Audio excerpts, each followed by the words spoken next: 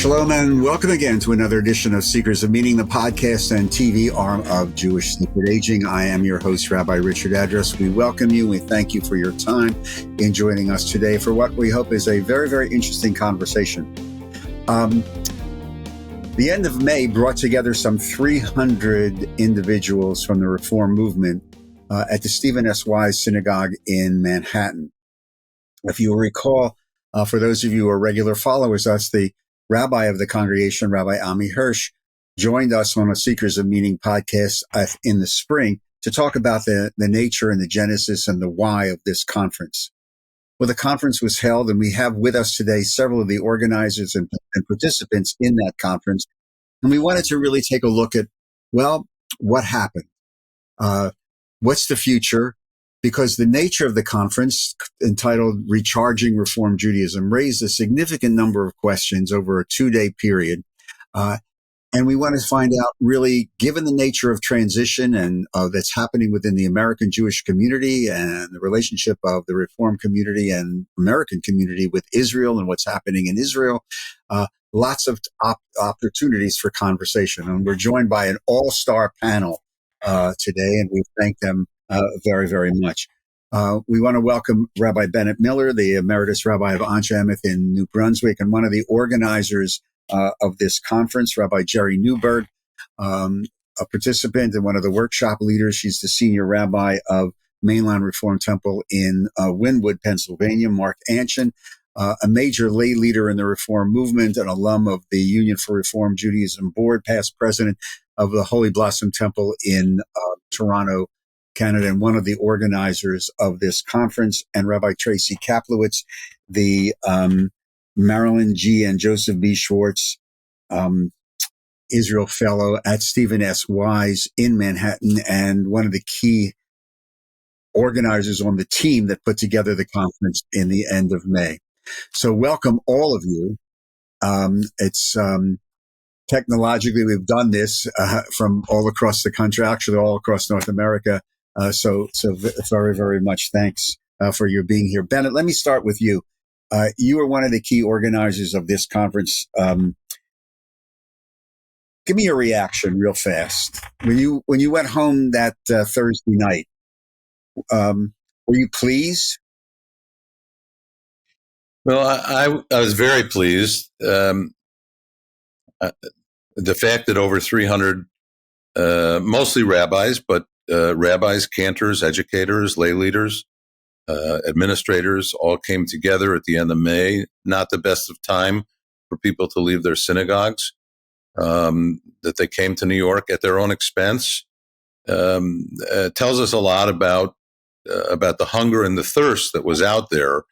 And I think that was reflected throughout the course of the 2 days.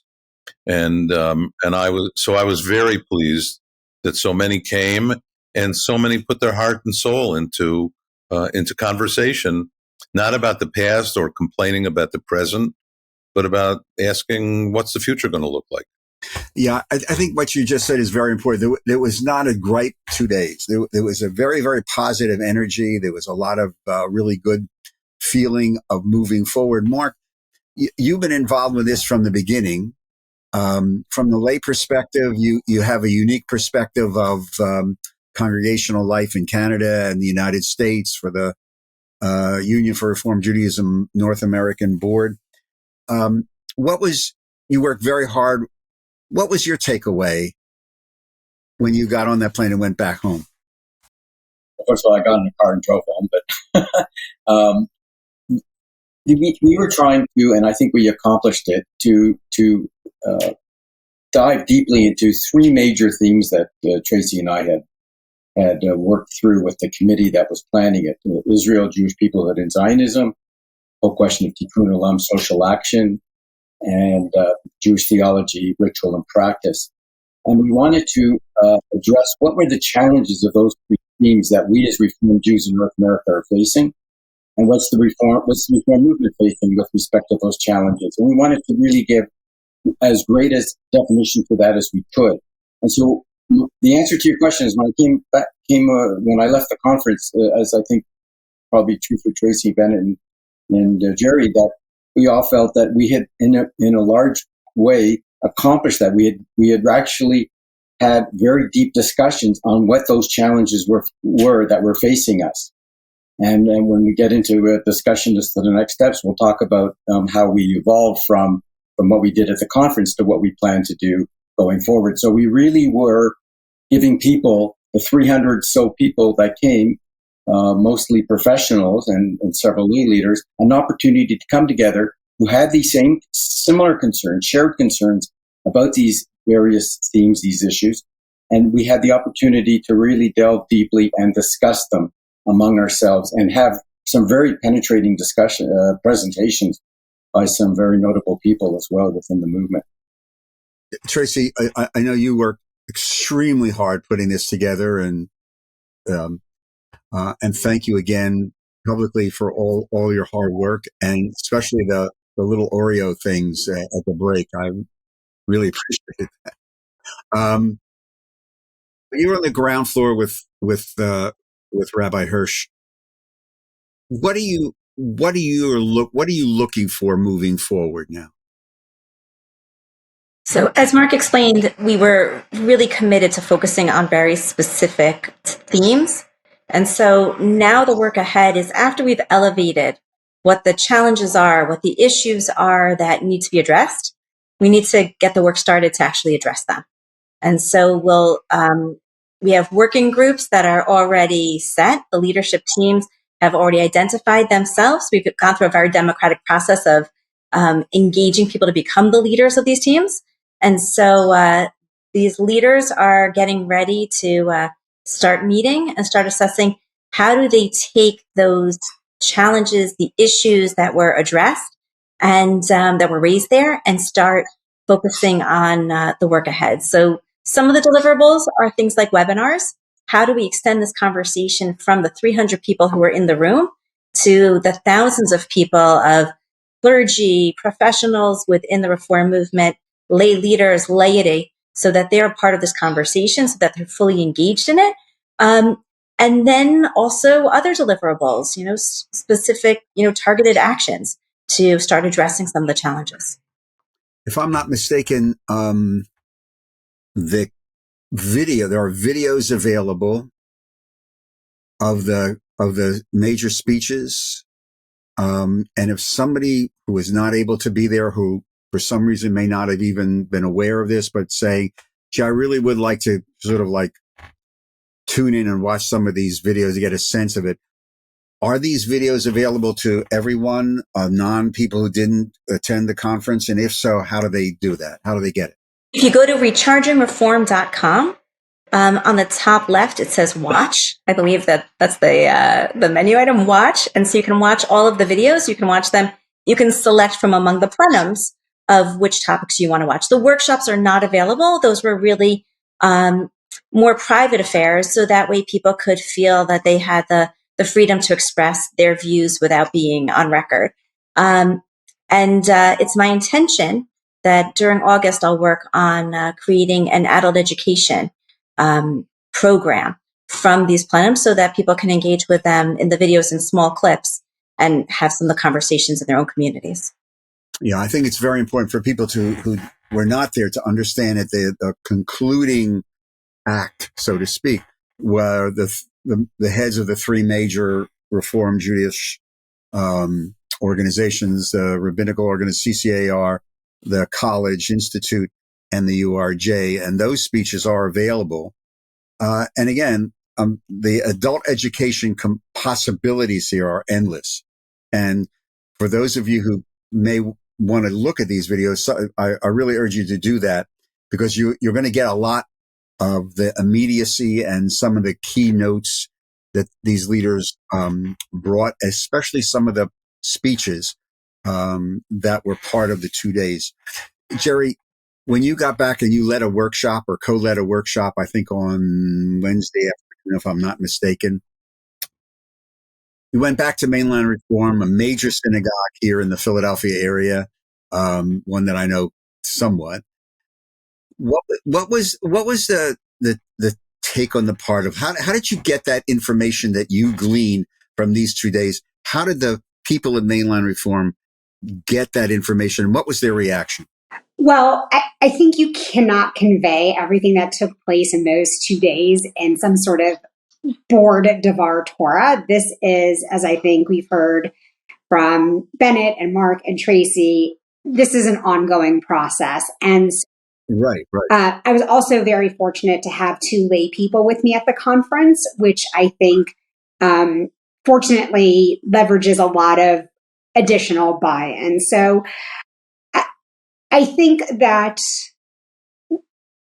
and then there's the other piece, of course, which is working with my colleagues and what does that mean for the work that we're doing on the ground. So, for instance, I had a conversation with the director of our religious school, who's a colleague, Rabbi Kevin Kleiman, about how do we teach Israel in our religious school? What are our priorities? What are we teaching in which grades? So I think there is a tremendous amount to unpack. And so far, I would say everyone has been very receptive to the ideas that I've brought back. And we will continue to see, hopefully, how that unfolds in lots of positive ways. And then, of course, how that interfaces with the continued work of the conference and the facilitators moving forward, as Tracy explained. Let me return to the situation with Israel, because, this is posting in the middle of August.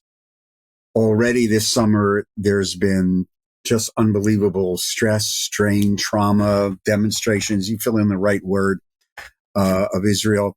The entire first day of the conference was devoted to how do we as a liberal Jewish community relate to what's happening in Israel. The divisions, as Ami pointed out in his podcast, the fracturing of some of the support. We're seeing more of that fracturing on the federal level in Congress, in the United States. I would love to hear from each one of you. How do you see what happened at the conference being translated vis-a-vis Israel into this coming year? Rosh Hashanah is coming up. Many colleagues are going to preach on Israel. I'm sure of it. Curriculums are being developed or non-developed. What's your reaction based upon the conference and your own personal feeling? How does the liberal Jewish community in North America move forward in teaching about Israel? Open question. Anybody want to jump in? I do. Go ahead, Mark. If you watch Ami's keynote address, where he really drills into this question very deeply. Right. Yes, he does. And the kind of work that Tracy and I were doing leading up to the conference in positioning the Israel Zionism peoplehood theme into the conference, which was, as you noted, Richard, at the beginning of this session, a major theme of the conference. Our approach, or at least for some of us, is we wanted to try to understand or appreciate, get across this idea that our relationship to Israel as Reformed Jews needs to be an enduring part of our Jewish identity, as a key element in our identity for all times, regardless of the government of the day, regardless of what's happening politically in Israel at any given time. So that while for sure what's happened in Israel just this past few days in yesterday's vote in the Knesset and the stresses that are occurring not only within Israel but within the Jewish diaspora need to be contextualized and put in a situation where we understand that we are all very upset and concerned, we as liberal Jews, to be sure, but overriding that is our deep love and connection to the state and people and land of Israel. Because we have that connection and we want to build that connection and strengthen it among our movement and our people, that we're in a better position to actually be involved and take stands on what's happening in Israel. One of the things that concerns me, and I think concerns others, is we have a large cohort of people who continually criticize Israel for what's happening. But apart from that criticism, their ongoing daily connection to the state, to the people in the land of Israel, isn't necessarily as sustainable as we would like it to be. And so one of the things that comes out of the conference is to understand why we're in that kind of space with a number of people within our, and what we can do about it. Do we need to really redo an entire Israel curriculum for the religious schools? Is it totally outmoded? Is it still based upon 1948 and the Yom Kippur War and the Six-Day War? I'll throw this out to you because this kind of like floated through the conference. We really need a whole new curriculum. That's something that Tracy's working on. So. I think it's the right question. I don't know. I certainly am not an authority to address, the educational side of things. Maybe my colleagues here are more prepared to answer that. But I think there's a struggle educationally in general. Part of that struggle is the question of, is there enough time to cover the amount of material that needs to be covered in religious school? If there isn't enough time to cover the material, then, everything gets short shrift, including Israel, which means that you have to, put this significant amount of information, significant amount of connection that you're trying to develop between your students, their families, and a country that is far away and a culture that is different, over a really short time span. And with faculty who some maybe are prepared to do that and some really don't necessarily have the tools to do it. So I think, in general, educationally, there's a significant struggle. And I think there are some great curricular pieces that do it. I don't think we have outmoded. I think for the most part, our religious schools really don't use outmoded curricula. I think our religious schools are really using some outstanding curricular pieces, but they have to make very difficult decisions with very limited time. But then outside of our religious schools, we have the camping movements. We have other ways to reach our families and our children. And we need to make sure that we're using all of those the very best that we can. So that way we're delivering the highest quality product to our families. I would just add, first of all, there are two new curriculums that have been developed within the last year. One by ARZA and one by ARZA Canada.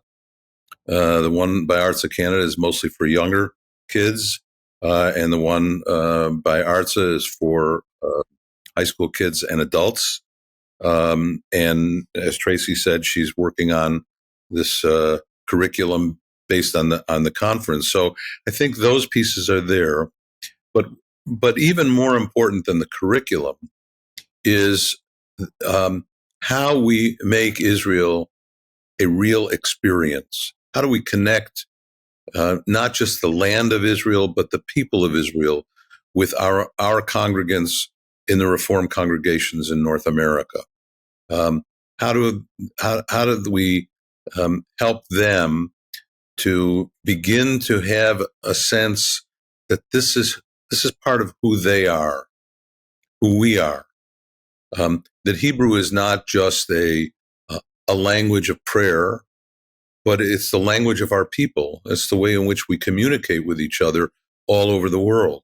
So, and here, if I can just digress a little bit, this came about because of the following thinking.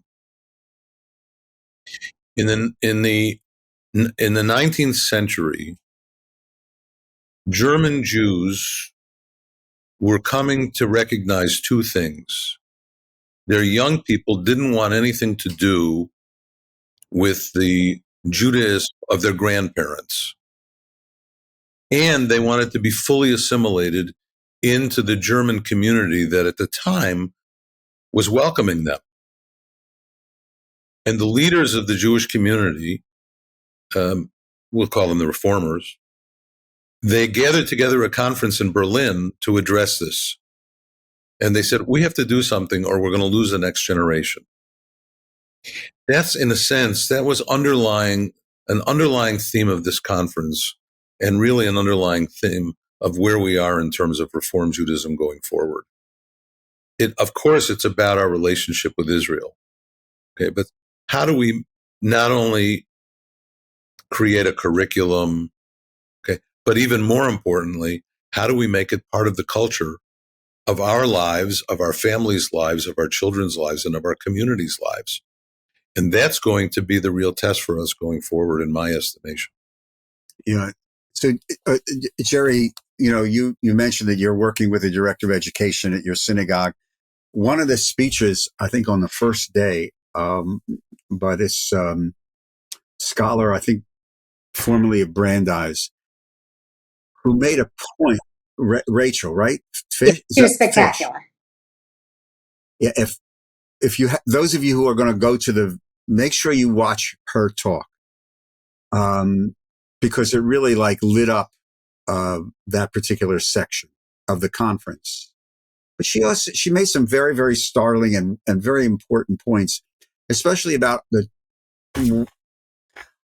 our kids when they leave religious school, confirmation, post-confirmation, graduate high school, and they go to college. And all of a sudden they encounter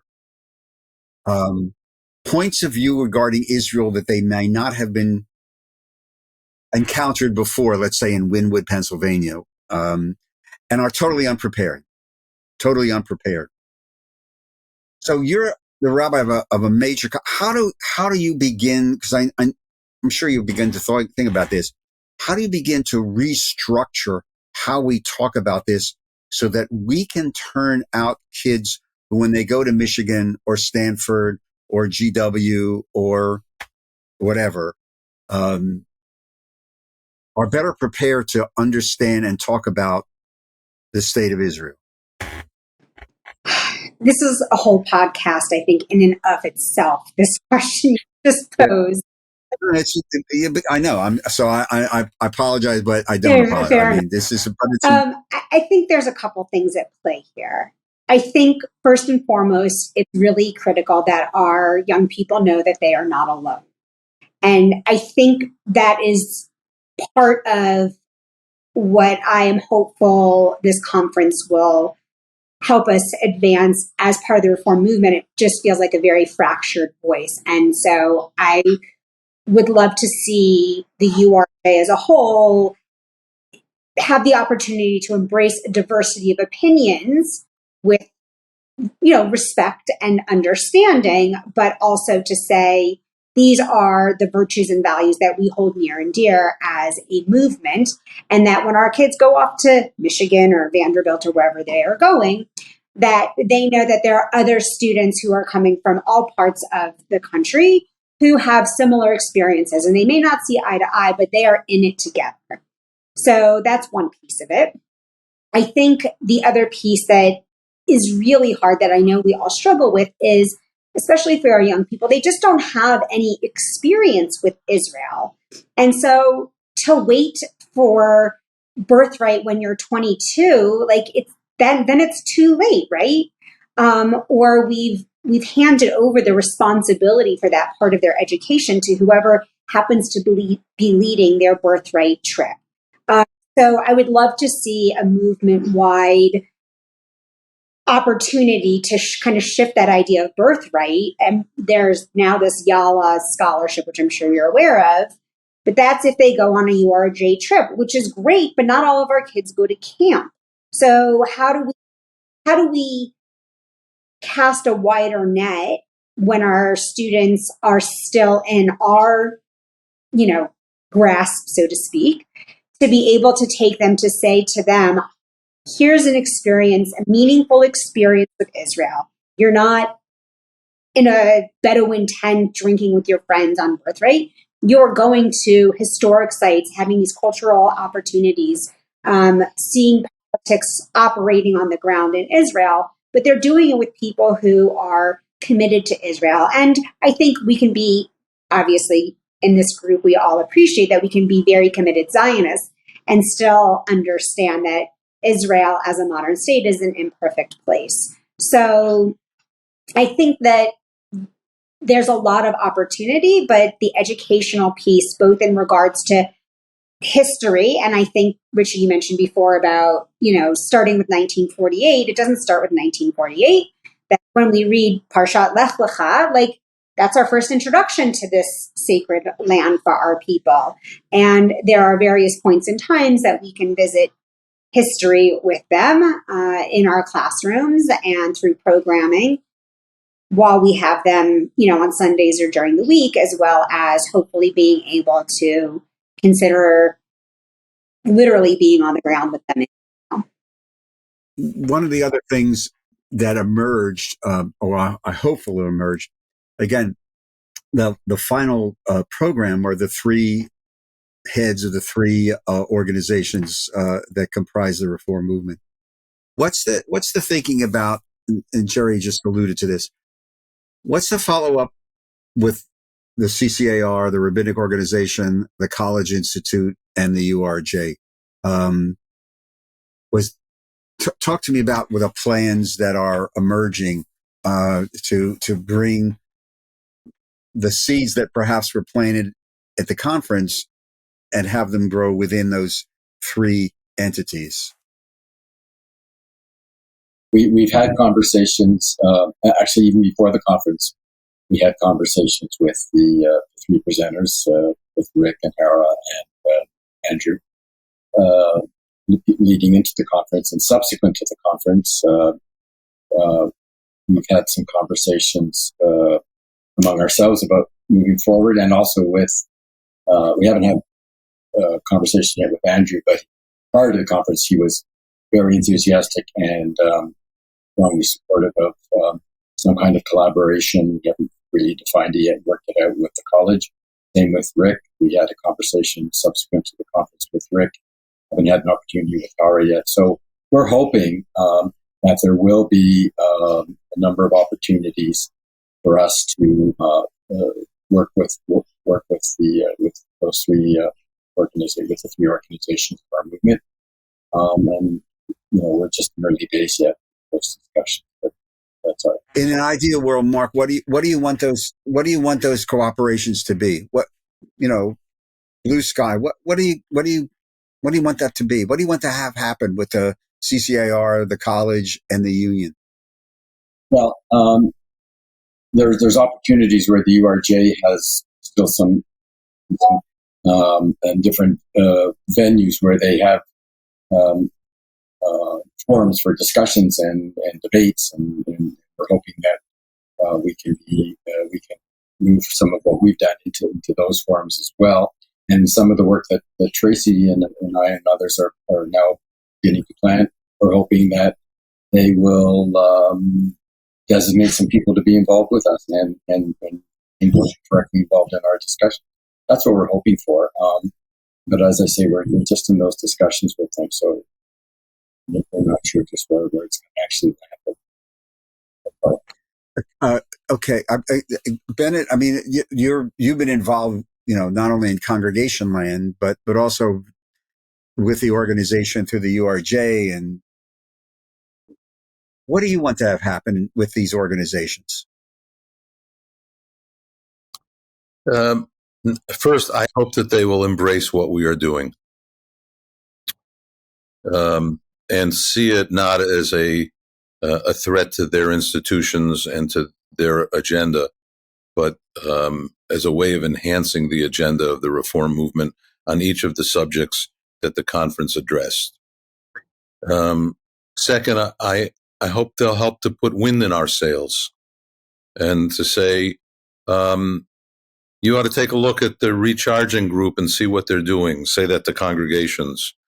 And you might even want to invite them to come in and to do some workshops with you.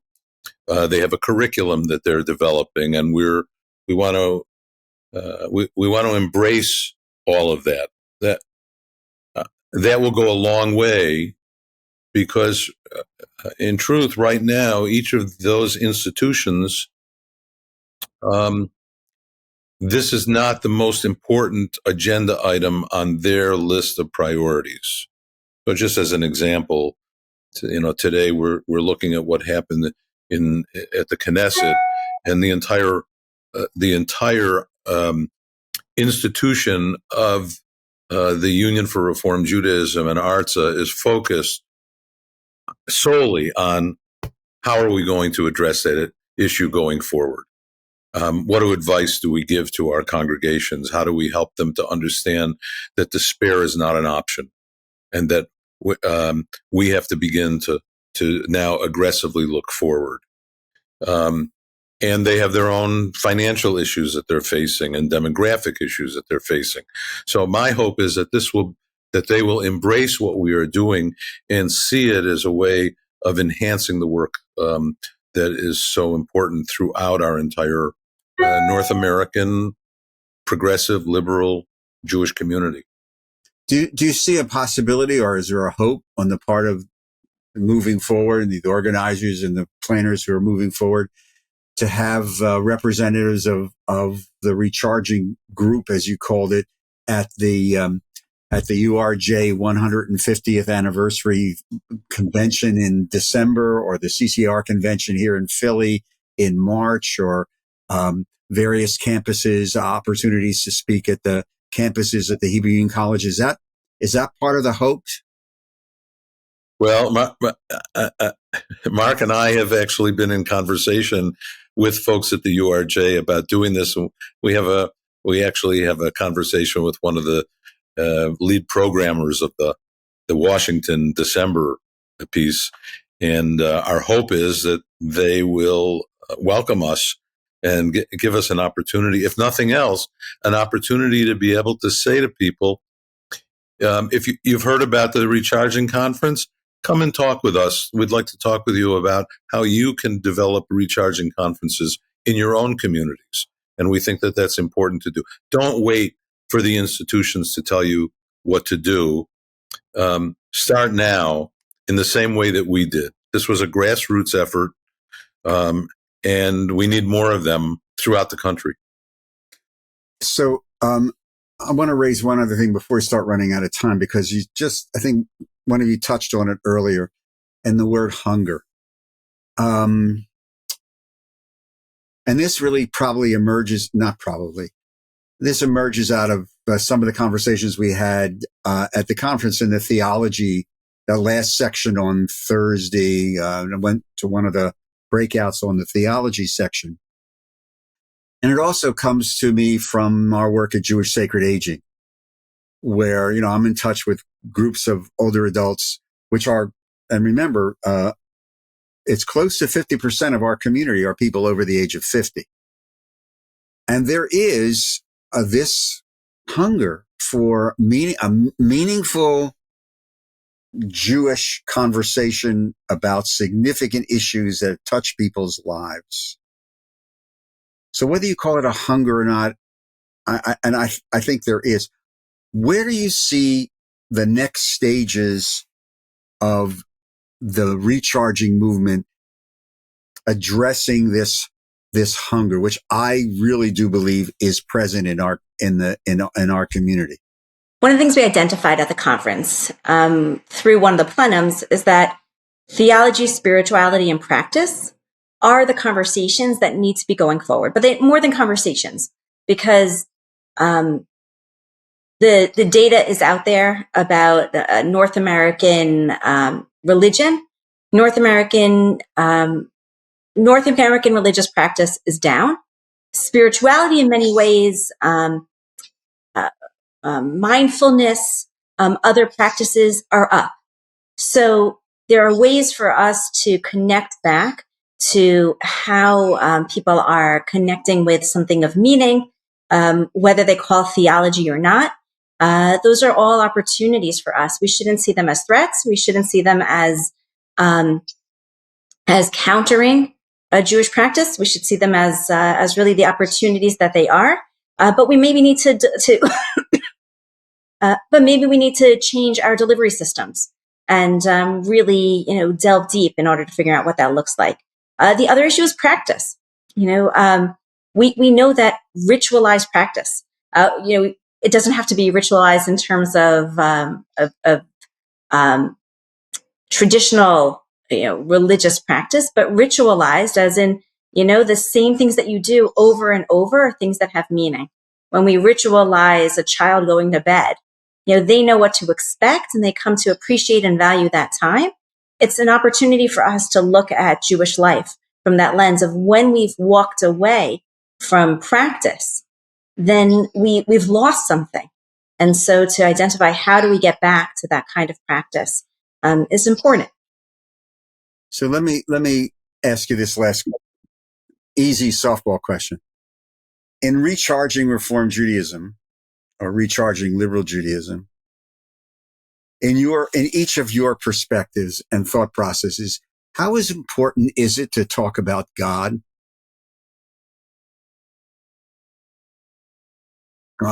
It's great. You mention the word God and everybody just shuts up. On the contrary, but let Geri, you go ahead, and I'll join in after. Thanks, Bennett. I think it is important to talk about God. I think just as we were taught at HUC, there are three pillars, right? There's God, Torah, and Israel. And I think part of what it means to be a liberal Jew is that not every single one of our congregants is going to feel deeply and passionately about all three pillars, but we know that that is okay. But as Tracy just said, we know that some of our congregants have this, or as you called it, Richie, this hunger for that spirituality. And we're Jews, and we call that God. So if people would like to use a different label, then okay. But I think that that's what makes us Jews, is using that rubric, that framework to say, this is who we are, this is what we believe, this is what is meaningful to us. And as Reform Jews, obviously, we take all of those approaches into consideration, and then we hopefully find a path that is most meaningful for us as a congregation or community, or maybe even on an individual level. But that is the framework that I believe we create and grow from. Bennett? When somebody asks me that question, I usually respond by saying, God really doesn't care whether you believe in God or not. God's got other things to be focusing on. The real question is, do you feel commanded? Do you feel that your life is an imperative to sacred living, and that without it, this world is in big trouble? So we have, as a people, we have a unique place in history, which is that we bring the presence of the divine wherever we go, wherever we live. That's the real key. So the invitation to people, in my estimation, should not be, let's talk about God. Let's really talk about, what is the purpose and meaning of life? What is your existence simply to plod along from day to day, from the moment of your birth until the day that you die? Or is there really much more to the whole meaning of your life? And let's begin to focus on that. We have this incredible story. It's the most amazing story ever written in human history. It's a story of the Jewish people and its encounter with the divine. Let's talk about that. That to me is the question. That to me is the way we can engage old people and young people. If we do that, I think we've really got a shot at creating the next chapter of our people's story. Yeah.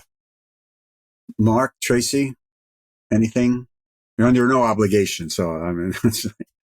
I do want to go back to one of your earlier questions. Earlier, you had asked about the work that we're doing, and also the work what we're doing in relation to the movement. And one of the things I had the opportunity to announce at the conference was a fellowship that we're launching, the Amplify Israel Rabbinic Fellowship.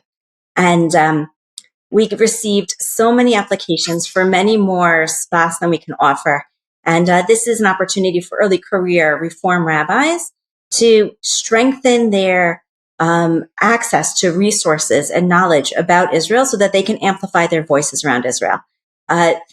There's just no telling how significant the impact of having a cohort of early career rabbis who really feel that they have a voice around Israel is going to be. And that's movement work. That's really important movement work. And we're at the early stages right now, just a few weeks away from announcing our cohort. And it's an exciting moment, and it'll be transformational. No, this was a great announcement at the conference too. Before we end, and just said already 3 times, which is, like when we get on the beam and say in conclusion, thank you. The conference is recharging Reform Judaism. Has there been conversation with the other non-Orthodox communities about bringing them into some of these conversations and dialogues? Mark, have you, or Tracy, we haven't had any direct conversations. I think some of us have probably had some conversations with people that we know, some of our colleagues and friends in the other movements, and talked about it, but we haven't had any no formal link. It's actually an interesting idea, and I think it's something Tracy and I just need to consider. You have enough to do. But it occurred to me it would be a natural affinity because as Tracy was alluding to before, and like you said, we all know the statistics. This really is a larger than just the Reform movement. It is a larger concern about liberal Judaism and where it is vis-a-vis all those 3 parts that Ami introduced in his keynote. And again, if you have a chance to watch these videos, really, I urge you to do so. I think you will learn a lot and be inspired in many, many ways. Rabbi Bennett Miller, Rabbi Geri Newburge, Rabbi Tracy Kaplowitz, Mark Anshan. I want to thank you very much for just joining us today and giving us your impressions and hopes and some dreams about moving forward in this very, very exciting enterprise that all of you helped create. So, mazel tov on that creation. And, as with everything, let's see where it goes. And I hope a year from now, we'll be able to sit down and say, look what has emerged, in this transformational moment. So thank you very, very much. And for the rest of the summer, just stay safe, stay healthy, take care of yourself. And thanks for allowing us the opportunity to dialogue with you on this. The more the merrier, the more the merrier. To all of you, again, thank you for joining us on today's edition of Seekers of Meaning, the podcast and TV arm of Jewish Sacred Aging. Again, I'm your host, Rabbi Richard Address. If you'd like to connect with us with ideas, suggestions, etc., just go to the website, jewishsacredaging.com, or email me at rabbiaddress@jewishsacredaging.com. And if you'd like to make a tax-free donation to help support our work, go to the website, scroll down to the conveniently located donate button, click on that button and just follow the prompts. And we are very, very grateful for any of your and all of your support. To all of you, thank you very, very much. And before we leave, a shout out to our producer, Rabbi Steve Lubetkin. We just made you a rabbi, Steve. Congratulations. You went through the para-rabbinic program anyway, so what the heck? But anyway, thank you. Because these podcasts are produced at the Lubetkin Media Studios in Cherry Hill, New Jersey. Thanks again to Steve. To all of you, thank you for joining us. I am your host, Rabbi Richard Address, and until we see each other again on the next Seekers of Meaning, take care of yourself, stay safe, stay healthy, and be kind to one another. Shalom, Todah.